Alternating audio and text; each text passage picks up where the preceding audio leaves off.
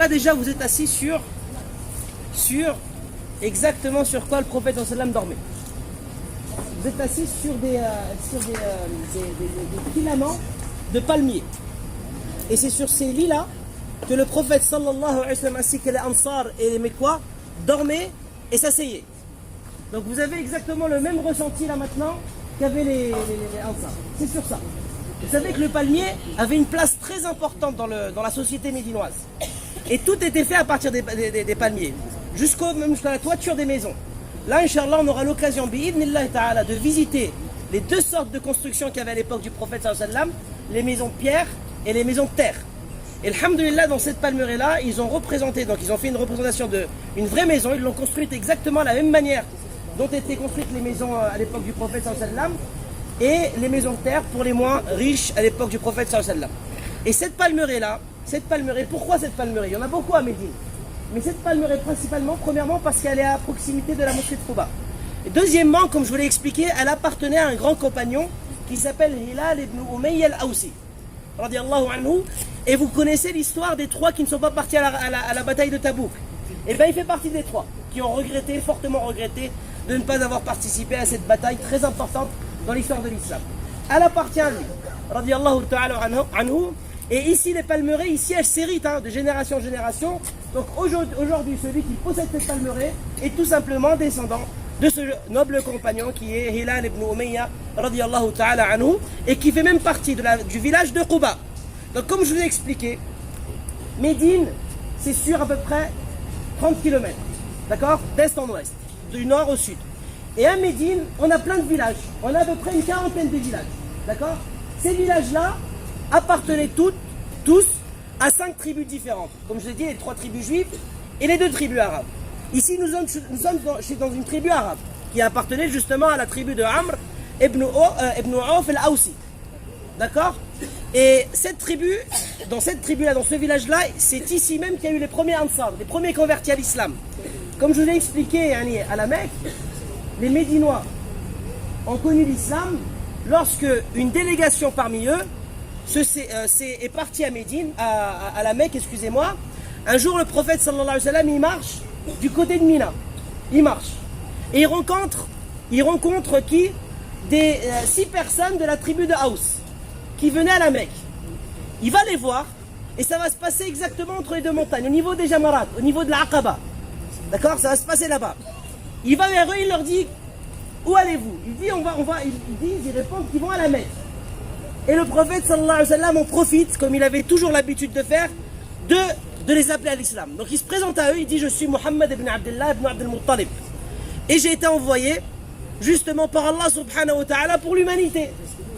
Et il les appelle à l'islam. Et ces gens-là, ces 6, se sont convertis à l'islam. Ce sont les premiers Médinois, d'après une grosse version de l'islam que rapporte Ibn Kathir dans le Bidaya wa Nihaya, ce sont les premiers, en tant que groupe, de manière collective, à être rentrés dans l'islam. Et ça s'est passé à l'année 11 après la révélation, c'est-à-dire 11 années après que le prophète sallallahu alayhi wa sallam a eu la révélation donc du Coran. Et ces 6, ils vont revenir à Médine, d'accord. Ils vont revenir à Médine et ils vont commencer à appeler les gens à l'islam, d'accord. L'année d'après, l'année 12, d'accord, l'année 12 de la révélation, va partir un groupe à la Mecque. Va partir un groupe de combien? De 12 personnes cette fois-ci. Et ces 12-là sont musulmans. Il y en a 2 qui font partie de la tribu donc de Haus et 10 qui appartiennent à la tribu de Khazraj. Ils vont arriver à la Mecque et le prophète sallallahu alayhi wa sallam va leur donner un point de rendez-vous au même endroit qui est l'Aqaba, qui est à l'endroit de l'Aqaba, là où il y a la grande stèle, la 3e grande stèle. Et c'est à cet endroit-là qu'ils vont faire la première bé'a qu'on appelle Bé'atul Aqaba. D'accord, 12 Médinois et qui vont porter allégeance, donc faire le pacte d'allégeance au prophète sallallahu alayhi wa sallam. Ils vont lui promettre de ne rien associer à Allah subhanahu wa ta'ala, de le considérer unique dans ses noms, dans ses attributs, dans son adoration. Ils ne lui associeront rien, bi'idhnillah ta'ala, et ils témoigneront que le prophète Muhammad sallallahu alayhi wa sallam est le messager, le dernier des prophètes, le dernier des messagers, à être descendu sur terre pour pouvoir justement propager ce dogme monothéiste, ce dogme islamique qui est le dogme du tawhid, de l'unicité d'Allah subhanahu wa ta'ala. Et lorsqu'ils vont remonter à Médine, le prophète sallallahu alayhi wa sallam va leur envoyer un Mécois. Parce qu'ils ont besoin justement de quelqu'un qui puisse quoi? Les assister. Il va leur envoyer Mus'ab ibn Umayr. D'accord? Donc c'est le premier Mécois qui va venir ici, il va s'installer ici. Là où il y a Quba. D'accord? Il va venir là et il va faire une très grosse da'wa. Ça va être un grand imam. Il va faire une grosse da'wa au point que quoi? Au point que toutes les maisons de Médine, toutes les maisons de Yathrib, parmi elles-mêmes les tribus juives, il y aura au moins une personne qui sera rentrée à l'islam. D'accord? Donc c'est une da'wa qui est mubaraka, qui est vraiment bénie et qui est assistée par Allah subhanahu wa ta'ala. D'accord? Donc ça c'est un point de vue contextuel. En ce qui concerne maintenant la hijra du prophète sallallahu alayhi wa sallam. D'habitude nous ce qu'on fait, c'est qu'on part, on l'explique là-bas directement. Mais comme il y a beaucoup d'allées et venues de la part des pèlerins, qu'Allah les préserve et les récompense, des fois c'est un peu délicat. Donc alhamdulillah, on a fait connaissance avec le responsable de cette palmeraie là et on a trouvé bon, Inch'Allah, et beaucoup plus possible de s'asseoir ici, tranquillement Inch'Allah, et de pouvoir expliquer bi'idhnillah ta'ala avec l'aide d'Allah Azza wa Jal et du peu qu'on connaît cette fameuse hijra du prophète sallallahu alayhi wa sallam qui est très très bénéfique. Donc d'un point de vue historique, mais surtout pour nous, par rapport à notre identité, afin de pouvoir se forger une identité islamique profonde dans les cœurs des musulmans, surtout à une époque comme la nôtre, dont Allah subhanahu wa ta'ala sait à combien on en a besoin. Et donc, le prophète sallallahu alayhi wa sallam fait sa da'wa, elle continue, et les choses vont s'endurcir vis-à-vis du prophète sallallahu alayhi wa sallam. C'est-à-dire que les gens vont commencer à lui faire du mal parmi les Quraysh, lorsqu'ils vont voir que l'islam commence à se propager, et que non seulement le prophète sallallahu alayhi wa sallam appelle à l'islam à la Mecque, mais aussi aux gens de l'extérieur, donc l'islam dépasse les frontières. Et si l'islam dépasse les frontières, ça ne sera plus dans leurs mains de stopper quoi que ce soit. Donc qu'est-ce qu'ils vont faire? C'est qu'ils vont donc commencer maintenant à frapper, à torturer et à semer beaucoup de troubles au sein des musulmans. Donc là, Allah Azza wa Jal va ordonner, d'accord? Ordonner, après avoir effectué déjà 2 hijras en Éthiopie, il va ordonner de faire la grande hijra. Il va généraliser l'immigration, d'accord? Une immigration religieuse et spirituelle, et qui est très importante pour l'histoire de l'islam. Donc Allah Azza wa Jal, une fois que l'islam s'est bien implanté dans cette région-là dans laquelle nous sommes aujourd'hui, il va dire à son prophète Muhammad sallallahu alayhi wa sallam de pousser les Mécois musulmans à construire une nouvelle société ici même, là où nous sommes. Et là, le prophète sallallahu alayhi wa sallam va commencer à conseiller et à ordonner de partir les hommes, les femmes, les enfants, les personnes âgées, tout le monde. Jusqu'à quoi? Jusqu'à qu'il ne reste que 3 seules personnes à la Mecque. 3 seules personnes à la Mecque. Le prophète Mohammed sallallahu alayhi wa sallam, ça sera le dernier à partir. Et 2 hommes très importants, les premiers à s'être convertis à l'islam et les derniers à effectuer la hijra, qui sont Abu Bakr as-Siddiq radiallahu anhu et Ali ibn Abi Talib radiallahu anhu. Pourquoi Abu Bakr? Abu Bakr qui sera justement le compagnon du prophète sallallahu alayhi wa sallam lors de cette hijra. Et celui à qui sera missionné justement, le prophète sallallahu alayhi wa sallam à qui il missionnera justement d'effectuer certaines tâches, donc Ali ibn Abi Talib. Donc là, regardez le courage du prophète sallallahu alayhi wa sallam et la véracité de son message. Il va rester tel un capitaine de navire. Un capitaine de navire ne quitte pas son bateau tant que quoi? Tant que le dernier soit sorti. Un homme qui a un troupeau, un berger, ne laisse pas son troupeau, il reste toujours le dernier et s'assure que tout le troupeau est passé avant de quoi? De marcher ou de traverser par exemple un obstacle, quoi que ce soit. Et le prophète sallallahu alayhi wa sallam, tel un homme de foi, tel un homme responsable, tel un chef d'une grande umma, d'une grande nation, va s'assurer que tous les compagnons parmi les Mécois seront arrivés ici à Médine à bon port afin de pouvoir justement les rejoindre lorsque Allah subhanahu wa ta'ala en décidera. Et lui, le prophète, il attend. Le prophète, il attend sallallahu alayhi wa sallam sagement la décision divine. Il cherche le plan divin. Et là, un jour, ça commence à se corser. Un jour, lorsque Quraysh se rend compte qu'il ne reste plus personne parmi les musulmans si ce n'est Muhammad sallallahu alayhi wa sallam, Abu Bakr et Ali, ils décident de se réunir et de sonner la sonnette d'alarme et de se dire que Muhammad va nous échapper d'un moment à l'autre. Et s'il nous échappe, on le perdra et l'islam n'aura pas de fin. D'accord? On ne pourra plus le contrer. Donc ils se sont réunis et ils se sont dit, ils ont décidé de le tuer. Ils sont décidés de le tuer et ils se sont dit, donc on avait 6 tribus à la Mecque. D'accord? On en avait 6. Une qui appartenait au prophète sallallahu alayhi wa sallam, dont il était descendant, et 5 autres. Les 5 autres tribus vont décider quoi? De choisir un homme dans chaque tribu. Un homme fort et jeune. Et cet homme-là aura la mission de quoi? Avec les 4 autres, donc ils seront 5, de rentrer dans la maison du prophète sallallahu alayhi wa sallam à l'aube, donc d'un vendredi matin, d'accord? De rentrer et de tuer le prophète sallallahu alayhi wa sallam en un seul coup d'épée. C'est-à-dire que les 5 hommes auront la mission en même temps de le tuer. Pourquoi? Comme ça, la tribu du prophète sallallahu alayhi wa sallam ne pourra pas réclamer le sang à toutes les autres tribus de la Mecque. Contrairement si, au cas où il n'y en avait qu'un, si c'est une tribu qui tue le prophète, là ils devront rendre des comptes à beaucoup de gens. Alors que là, si les 5 tribus sur 6, c'est-à-dire la majorité de Quraysh, participent au plus gros crime qui aurait pu exister dans l'histoire de l'humanité. Là, ils sont en train de préparer quoi?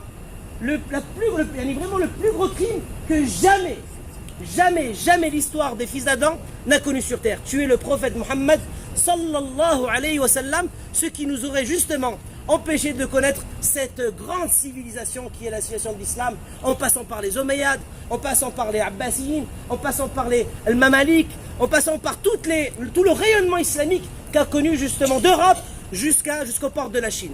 L'histoire de Mohammed sallallahu alayhi wa sallam. Et donc, ils décident comme ça, ils se réunissent ce jeudi-là. Mais Allah subhanahu wa ta'ala, qu'est-ce qu'il dit? وَيَمْكُرُونَ وَيَمْكُرُ اللَّهُ وَاللَّهُ خَيْرُ الْمَاكِرِينَ. Ils essayent de comploter contre Allah Azza wa Jal, mais ils n'y arriveront pas. On ne complote pas contre Allah subhanahu wa ta'ala. Donc Allah Azza wa Jal va avertir par le biais de Jibril alayhi salam, le prophète Muhammad sallallahu alayhi wa sallam, que son heure est arrivée, qu'il doit partir. D'accord? Qu'il doit partir. Et là, le prophète sallallahu alayhi wa sallam, le jour même, va demander à Jibril, wa man sahibi ya Jibril? Qui sera mon compagnon?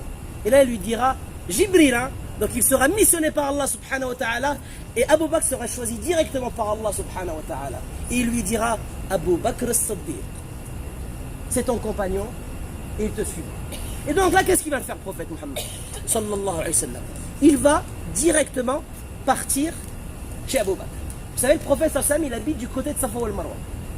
D'accord? Il habite après à Safa wal Marwa. Abu Bakr as-Siddiq, il habite à 100 mètres de Dar Tawhid.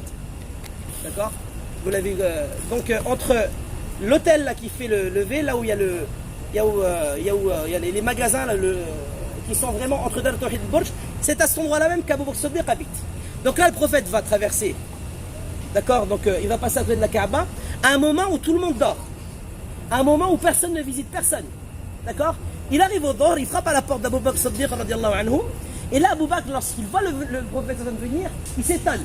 Il sait que il s'agit d'un sujet grave. Parce que si le prophète à cette heure-ci vient, c'est que c'est pour une chose importante. Et donc là, Abu Bakr va ouvrir la porte. Il va lui dire, Ahlan ya Rasulallah. Le prophète il dit, j'ai besoin de toi. Et là, le prophète va lui demander de rentrer. Et là, le prophète va refuser. Et il va dire, le prophète, il dit, Hum ahluka ya bi abi wa ummi ya Rasulallah. Mais c'est ta famille ya Rasulallah, rentre. Là, le prophète refusera parce que ça sera d'une extrême importance, ce qui va lui dire qu'il a besoin de s'isoler. Il lui dit, viens, Abu Bakr dehors, j'ai besoin de te parler. Et là, Abu Bakr va sortir, radiallahu anhu. Et là, le prophète sallallahu alayhi wa sallam va lui dire, Allah m'a donné l'ordre. Allah m'a donné l'ordre d'émigrer à mon tour. Et là, Abu Bakr, lui qui attendait c'est déjà depuis longtemps, lui qui à chaque fois partait devant le prophète, lui dit, ya Rasulallah, ça sera quand mon tour? Et là, le prophète le faisait patienter, lui dit, viendra ton tour, ya Abu Bakr. Parce que le prophète, lorsqu'il demandait aux gens de partir, il les faisait partir par binôme, en général. 2 par 2, d'accord?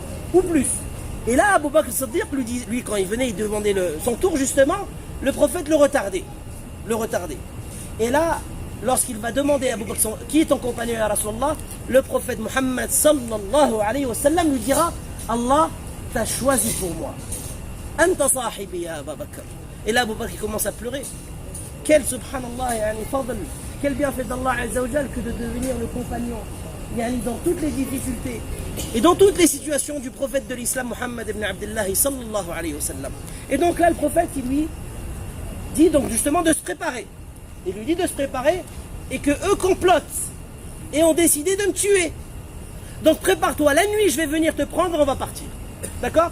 Et là, Abu Bakr, il va mettre tout ce qu'il y a dans ses biens, il va le mettre au service de l'islam. Donc il va mettre son argent, il va ramener 2 montures. Et là, Abu Bakr lui dit, j'ai 2 montures. Et là, le prophète lui dit, je les accepte à une condition. À leur prix. Je paierai le prix. Et là, on voit, subhanallah, dans cette attitude, que le prophète, sallallahu alayhi wa sallam, lorsqu'il il insiste sur le prix, comme quoi il ne veut pas les prendre gratuitement. Même si ça vient de la part d'Abu Bakr. Même si l'argent d'Abu Bakr, c'est-à-dire ce qu'il possède, ce que nous possédons, nous tous, appartient à Allah Azza wa Jal. Malgré ça, le prophète dit, il insiste, il dit le prix. Pourquoi? Parce qu'il voulait que cette hijra soit sincère pour Allah Azza wa Jal. Takun khalisatan lillahi Azza wa Jal. Et que rien vienne quoi écorcher cette niya-là. Et donc il dit, je mettrai le prix à Abu Bakr. Et donc, subhanallah, il va partir après l'avoir informé. Quand il va partir, il va aller voir qui? La deuxième personne qui est restée. Ali ibn Abi Talib, radiyallahu ta'ala anhu. Pourquoi? Le prophète, si Ali est resté, c'est bien pour une mission. Et ça, c'est un plan divin. Et donc là, il va voir Ali et lui raconter comme quoi, la même chose qu'à Abu Bakr, je dois partir. Mais j'ai besoin de toi pour 2 choses. La première, c'est que tu rendes le dépôt aux gens. J'ai beaucoup d'amanat. Vous savez que le prophète, on le surnommait comment? Sallallahu alayhi wa sallam. Al-Amin. Al-Amin. Pourquoi? Parce que c'est à lui qu'on confiait les biens. Même les gens qui n'étaient pas musulmans, parmi Quraysh, les mouchriquines. Malgré le fait qu'ils ramènent une nouvelle religion, une nouvelle croyance, etc. par rapport à eux, ils ne trouvaient personne d'autre que lui à qui confier leurs biens. Et donc ils continuent de confier leurs biens à Muhammad sallallahu alayhi wa sallam. Et donc là, regardez encore une fois le souci qu'avait notre compagnon, notre prophète et messager sallallahu alayhi wa sallam, par rapport à quoi? Par rapport à l'amana, par rapport au bien des gens. Et donc là, il va demander à Ali, il va dire, Ya Ali, tu vas rendre ça à tel, ça à tel, ça à tel, ça à tel. Je ne partirai pas tant que j'ai la certitude que tout soit rendu à leur propriétaire. Et la deuxième chose pour laquelle j'ai besoin de toi, c'est que tu dormes à ma place. Parce qu'ils ont décidé ainsi. Et il faut quoi? Il faut retarder au maximum justement l'échéance. Et donc là, Ali, tel un grand serviteur d'Allah Azza wa Jal, bien évidemment s'exécutera. Et il dira, Naam ya Rasulallah.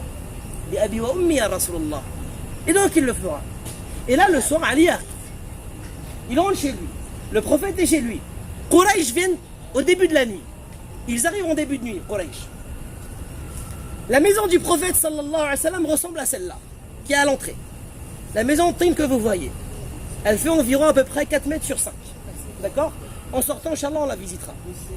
Donc imaginez-vous, subhanallah, Quraysh qui arrive et qui encercle la maison. Le prophète est à l'intérieur. Ali est à l'intérieur. Comment va-t-il sortir? Le prophète sallam a mis sa situation entre les mains d'Allah Azza wa Jal. Il est apaisé, serein et surtout fier de pouvoir accomplir cette grande hijra. Et donc qu'est-ce qu'il va faire? C'est à la moitié de la nuit, il va avec le courage qu'il a sortir de la maison. Et là encore une fois, non seulement on voit l'amana, le sens de l'amana qu'il a, non seulement on voit aussi le souci qu'il a pour la umma, le fait d'être resté jusqu'à la fin. Et là on voit quoi? On voit le courage qu'il a de pouvoir affronter, et surtout la foi qu'il a envers Allah Azza wa Jal, de pouvoir affronter le regard des mouchriquines en espérant quoi? Que personne ne le voit. Et là il va ouvrir la porte, Quraysh est autour et personne ne le verra. Allah Azza wa Jal aveuglera Quraysh et laissera son allié Muhammad sallallahu alayhi wa sallam passer entre eux sans qu'ils ne s'en rendent compte. Telle est la situation d'Allah Azza wa Jal avec ses serviteurs. Telle est la manière dont agit Allah subhanahu wa ta'ala avec ses awliya, avec ses alliés sur terre. هذا هو الإيمان الحقيقي, la vraie foi en Allah Azza wa Jal. C'est de tout laisser Allah subhanahu wa ta'ala. On fait les causes, mais on sait que c'est Allah, on prend Allah Azza wa Jal comme garant. Et on sait bi'idnillahi ta'ala, ilm al-yaqin, avec certitude que quoi qu'il arrive, je suis entre les mains d'Allah. Et s'il m'arrive une chose mauvaise, en aspect, en apparence sur terre, c'est que c'est Allah qui l'a voulu. Et s'il m'arrive une chose bien, ça ne peut être que d'Allah Azza wa Jal. Walhamdulillahi Rabbil Alamin. Fahadha wal iman. Donc on voit, subhanallah, regardez la hijra. La hijra du prophète, combien de leçons on en tire? Et encore, c'est pas fini. Et là, il va chercher Abu Bakr as-Siddiq. Il sort. Quraysh est toujours là-bas. Il part, frappe à la porte d'Abu Bakr et lui dit Hayya nadhhab. Il va partir. Ils vont prendre le chemin quoi? Du sud. Pourtant la Mecque c'est au sud de Médine. Mais là ils vont partir au sud de la Mecque. Pourquoi? pour essayer de tromper la vigilance de qui? De Quraysh. Ils savent que Quraysh sont des gens qui arrivent à pister facilement les gens. Et donc ils vont prendre le chemin du sud et se réfugier dans une montagne qu'on appelle Jabal Thur. La montagne qui me semble vous avez... Non, pas vous. C'était le long séjour qu'il l'avait visité. D'accord? Donc une montagne qui s'appelle Jabal Thur, qui fait partie des grandes montagnes dans le sud de la Mecque. Et là, le prophète sallallahu alayhi wa sallam, avec Abu Bakr as-Siddiq, va se réfugier dans cette montagne-là et va y passer 3 nuits. 3 nuits. Au même moment, avant de partir, il y a des informateurs qui vont informer les gens de Médine de la venue proche du prophète sallallahu alayhi wa sallam. Les Muhajirin sont ici à Quba. Après Quba, à peu près 1 kilomètre de Quba. Car quand les Muhajirin sont arrivés, les gens de Quba leur ont donné des terres. On va y aller tout à l'heure, on va regarder de loin, Inch'Allah. D'accord? Donc ils ont des terres, ils ont construit leur maison, ils attendent tous avec impatience qui? Le prophète Mohammed sallallahu alayhi wa sallam. Il y a Omar ibn al-Khattab, il y a Hamza ibn Abdul Talib, et ainsi que tous les Mécois. Ils sont là-bas en train d'attendre. Ils savent que le prophète sallallahu alayhi wa sallam va bouger le vendredi. Et eux, ils calculent la distance. Ils se disent, on sait très bien que 400 km qui nous séparent, la Mecque-Médine, ils les font en 7 jours. 7 jours de marche. D'accord? Ils font à peu près 50 à 60 km par jour.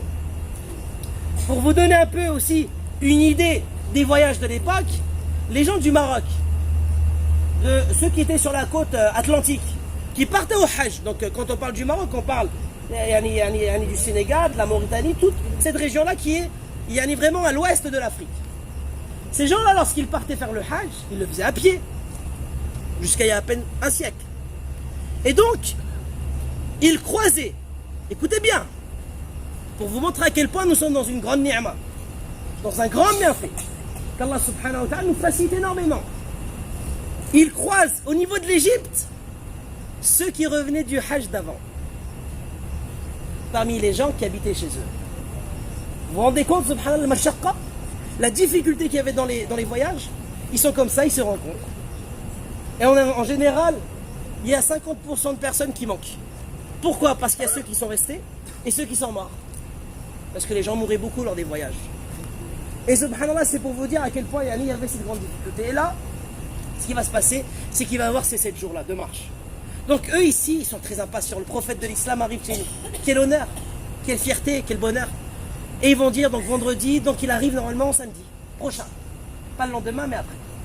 Et donc les jours vont commencer à défiler. Mais ils ne sont pas au courant que le prophète sallallahu alayhi wa sallam est parti se cacher 3 jours. Car cela, il n'y a qu'Allah azza wa jal et Abu Bakr et le prophète qui sont au courant et la famille d'Abu Bakr Siddiq. Radiallahu anhu. D'accord? Donc ils vont rester samedi, dimanche, et ils vont prendre la route quand? Lundi. Lorsque Quraysh aura vraiment perdu les traces. D'accord? De la Mecque. Je ne rentre pas trop dans les détails non plus, même s'il y en a pas mal, mais il y a beaucoup plus de détails dans la religion du prophète sallallahu alayhi wa sallam. Et donc là, ils vont prendre le chemin quoi? Du Sahel, de la côte. Et ils vont, Inch'Allah, venir jusqu'à Médine. Et là, ici, on revient ici à Médine. Donc là, on passe à vendredi d'après. Donc une semaine après, le départ du prophète sallam, le jour où il est censé venir. Les gens de Amr ibn Auf, là aussi, d'accord? Les gens de Quba, à partir de samedi matin, avec les Muhajirin, vont aller très loin. Ils vont marcher peut-être 1 à 2 km à l'entrée de la région. À attendre quoi? La venue du prophète sallallahu alayhi wa sallam et de son compagnon. Et donc ils vont monter dans les palmiers. Il y en a beaucoup qui vont monter dans les palmiers à attendre. Et ils vont rester comme ça jusqu'à quoi? Ils vont rester comme ça jusqu'à le zénith. Jusqu'au bord. Parce qu'à l'époque, avant les voyageurs, lorsqu'ils rentraient dans une ville ou un village, ils ne rentraient jamais après le bord. C'était toujours la période dans laquelle ils rentraient, c'était le matin, les gens étaient réveillés, les gens étaient allés en activité, etc. Après le dehors, ils ne venaient pas. Et donc c'est pour vous dire que quand par exemple il me reste 10 km et que c'est la Asr, on campe et on rentre le matin. C'était comme ça. Donc là ils vont rester jusqu'au dehors à attendre. Samedi matin, rien. Il n'y a personne qui arrive. Le lendemain, donc après ils retournent à leurs affaires. Le dimanche matin, pareil. Ils se disent c'est aujourd'hui que le prophète va venir. Sallallahu alayhi wa sallam. Aujourd'hui. Là, ils vont monter, ils vont partir, ils vont monter dans les arbres. Les enfants vont avancer, il y en a qui vont jouer, il y en a qui vont attendre, etc. parmi les enfants. Toujours rien. Allahu Akbar. Là, ça fait 9 jours. Le dimanche, pareil. Et le lundi, pareil. Le lundi, pareil. Ils vont très tôt le matin. Ils ont pris ça le Fajr. Et le matin, ils attendent. Ils attendent jusqu'à 11h. À peu près 11h, 11h30. D'accord? Comme il est rapporté, Fichid de Tadlouha. Yani vraiment, on est quasiment au moment du Dhuhr. Et là, on a une personne qui est juive, qui habite toute seule, qui a un château fort. qui habitent loin et qui les voyaient tout le temps venir. Ils voyaient ces justement musulmans qui arrivaient comme ça, à grimper dans les palmiers, à attendre pendant des heures, sous le soleil. Donc là, il a un peu compati avec eux. Il se dit, mais vraiment, ils sont tellement attachés à cette personne, c'est incroyable. Et le lundi vers 11h, 11h30, pendant que les gens sont en train de se rendormir, sont fatigués, il voit au loin 5 personnes arriver, tout habillées en blanc. Il s'agit du prophète, sallam, Abu Bakr, leur guide et les 2 compagnons qui les ont rejoints sur le trajet. Et là, lui-même, il est heureux. Donc il compatit, puis il dit, Ya Arab. Il crie comme ça, oh Ya Arab. Là, les gens se réveillent. Il dit, Qad ja'akum ammukum. Votre personne importante dans laquelle vous attendez, votre chef, votre oncle, mais pas dans la manière littéraire, est arrivé. La personne dans laquelle vous êtes attaché est arrivée. Et là, on a dans une seule voix. Les gens disent quoi? Allahu Akbar, Allahu Akbar, des takbirat, au point que jamais, dans l'histoire de Médine, on a connu un jour aussi joyeux que celui-là. Les gens sont heureux. Subhanallah, ce qui est incroyable, c'est que vous savez que la plupart des gens ne savent pas qui est le prophète. Ça, ils ne l'ont jamais vu, surtout les Ansar. Eux, ils ont cru en son message sans l'avoir vu. Et donc là, le prophète arrive, sallallahu alayhi wa sallam, par cette direction-là. Il arrive par là-bas. Et là, les gens, ça court, vont jusqu'au prophète, sallallahu alayhi wa sallam, mais ils ne savent pas c'est qui. Et la plupart hésitent entre Abu Bakr et Muhammad, sallallahu alayhi wa sallam, jusqu'au moment où le prophète arrive, d'accord, avec la chamelle, et vient se reposer en bas d'un palmier à proximité d'un puits. Et Abu Bakr Siddiq enlève sa cape et la met sur lui. Il avait un châle et il la met sur lui pour le protéger du soleil. Et c'est à ce moment-là que les Ansar savent qu'il s'agit du prophète sallam qui s'assoit devant lui. Et là, les gens viennent et lui serrent la main. Et il y a qui vient le premier? Kalthoum ibn al-Hadim, le chef de Amr ibn Auf al-Awsi. C'est une personne âgée qui est le chef du village. Il va arriver comme ça, il s'est converti à l'islam un an avant. Il va arriver devant le prophète sallam et il va lui dire des paroles très touchantes, très importantes, qui vont montrer directement chez qui le prophète sallam est arrivé. Il lui dit, Ya Rasulallah, innana nashhadu an la ilaha illallah, wahdahu la sharika lah, wa annaka Muhammad abduhu wa rasuluh, wa innana nubayi'uka ala as-sam' wa at-ta'a, wa inna arwahana wa aradina laka ya Rasulallah, lillahi subhanahu wa ta'ala. Donc il leur dit directement, il dit tout ce qui nous appartient, c'est à Allah Azza wa Jalla et à toi, Ya Rasulallah. Tu as quitté une famille, tu en as trouvé une meilleure, Inch'Allah. Et nous sommes à toi, Ya Rasulallah. Ce que tu veux, tu l'as. Tu es chez toi. Et là, le prophète, il pleure. Parce que ça a été dur pour lui de quitter la Mecque, de quitter sa région, de quitter ses proches, sa famille. Mais comme ça, subhanallah, l'a voulu, et c'est ça l'intérêt de la communauté, du monde, de l'humanité. L'intérêt était dans le fait qu'il doit faire la hijra. Sallallahu alayhi wa sallam. Et donc là, les gens vont venir le saluer, etc. Et lui, le prophète sallallahu alayhi wa sallam va directement chercher une pierre. Il va chercher une pierre et il va partir la poser sur un endroit, sur un terrain vague. D'accord? Une terre qui appartient justement à Kalthoum ibn al-Hadim, au chef du village. Et il va poser une pierre comme ça. Les gens ne savent pas ce qu'il fait. Les Ansar viennent disent, là, ya Rasulallah, ne fais rien. Ne fais rien. Là, il leur dit non. Il leur dit, laissez-moi faire. Les Ansar ne participeront pas à ce qu'il est en train de faire. Abu Bakr, lui, va ramener une deuxième pierre. Omar ibn al-Khattab va en ramener une troisième. Et là, il va construire un mur. Et il s'agira de la première mosquée ouverte à tout le monde, publique, dans l'histoire de l'islam. Masjid Quba. Masjid Ussisa ala taqwa min awwal yawm. Une mosquée qui a été construite sur des fondations solides, basées sur une taqwa, sur une crainte d'Allah Azza wa Jalla dès son premier jour. D'accord? Et c'est la mosquée que vous voyez derrière vous. La première mosquée construite dans l'islam. Pourquoi une mosquée? Pourquoi construire cette mosquée-là, le premier projet prophétique que le prophète entame directement dès son arrivée, dès les premières minutes, alors qu'il vient d'un long voyage, très difficile, très dur, avec beaucoup de peur, bien évidemment, avec beaucoup de difficultés. La première des choses, c'est la mosquée. C'est pour vous montrer l'importance de ces lieux. Ces lieux religieux et spirituels. Pourquoi? Parce qu'on réunit, on concilie dans ce genre d'endroit-là deux choses importantes. Le spirituel et le social. C'est pour laquelle Allah Azza wa Jal descend le verset wa aqimus salat wa atuz zakat. Allah Azza wa Jal, pour que l'islam perdure dans le temps, puisque l'islam est la dernière des religions, rien d'autre comme religion viendra après l'islam. Et pour que cette religion persiste et reste, il faut qu'il y ait deux paramètres importants. Le premier, c'est le summum de la spiritualité. qui est la salat, la prière. Et tout ce qui va en dessous. Donc c'est un lien, c'est une relation qu'on a à quoi? Qu'on a là dans la verticale, entre l'abd et son Seigneur. Aqimus salat, c'est le lien vertical qui est entre toi et Allah Azza wa Jalla. Wa atu zaka. Il n'y a pas de puis ou et. C'est directement lié. As-salam al-zaka. As-zaka, c'est le lien qu'on a entre les hommes. C'est le lien horizontal qu'il y a. C'est le lien social qu'il y a. Et ces deux paramètres-là, c'est l'iman et l'amal qui vont justement permettre à l'islam de perdurer pendant des siècles s'il le faut, pendant des millénaires s'il le faut, jusqu'à qu'Allah subhanahu wa ta'ala en décide la fin. Et c'est pour cette raison que Allah Azza wa Jalla a ordonné à travers son prophète la construction de cette mosquée. Je pense que j'en ai beaucoup dit par rapport au temps, Inch'Allah. Il y a beaucoup à apprendre. Donc le prophète, pour résumer, va venir donc habiter à Quba, d'accord? Et l'histoire de la chamelle, c'est pas ici. L'histoire de la chamelle, lorsqu'elle s'assoit, c'est pas ici. Là, qu'est-ce qu'il va faire? C'est que regardez le adab, regardez le bon comportement, regardez l'éthique du prophète, il sait que c'est un plan divin. Il sait que c'est Allah qui lui demande de venir. Mais malgré cela, qu'est-ce qu'il fait? Il va demander aux Ansar, aux Médinois, aux gens de Quba précisément et aux Muhajirin, de partir informer toute la région de sa venue. Et de s'assurer qu'il ne dérange personne. Et cela va prendre quoi? 5 jours. C'est-à-dire que les compagnons vont partir. Ils vont aller dans les autres villages et annoncer la venue du prophète de l'islam. Sallallahu alayhi wa sallam. Et cela va prendre lundi, mardi, mercredi, jeudi.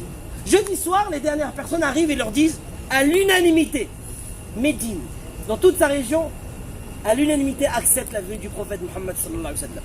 Et là, le prophète dira, bah c'est bien là.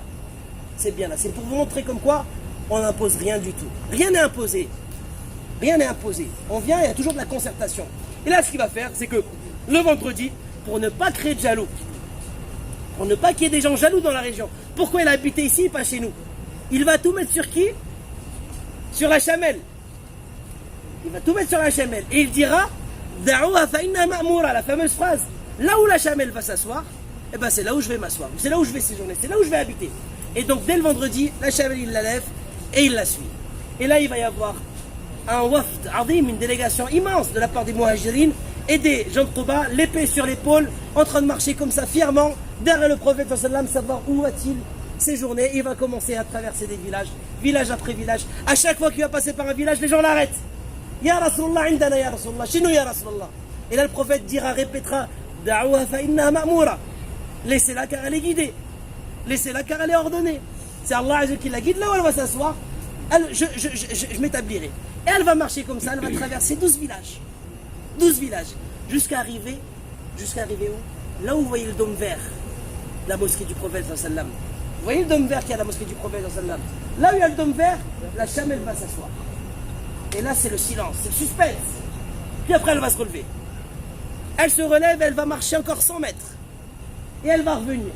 Et se réasseoir une deuxième fois au même endroit. Et là le prophète sallam dira, ici sera Masjidi, la mosquée que vous connaissez tous maintenant, du prophète, la mosquée prophétique, la grande mosquée, le deuxième océan de l'islam, la mosquée du prophète sallallahu alayhi wa sallam. Donc Inch'Allah on arrête là, bi'idhnillahi ta'ala. Il y a beaucoup à dire, hein, mais avec le temps, etc.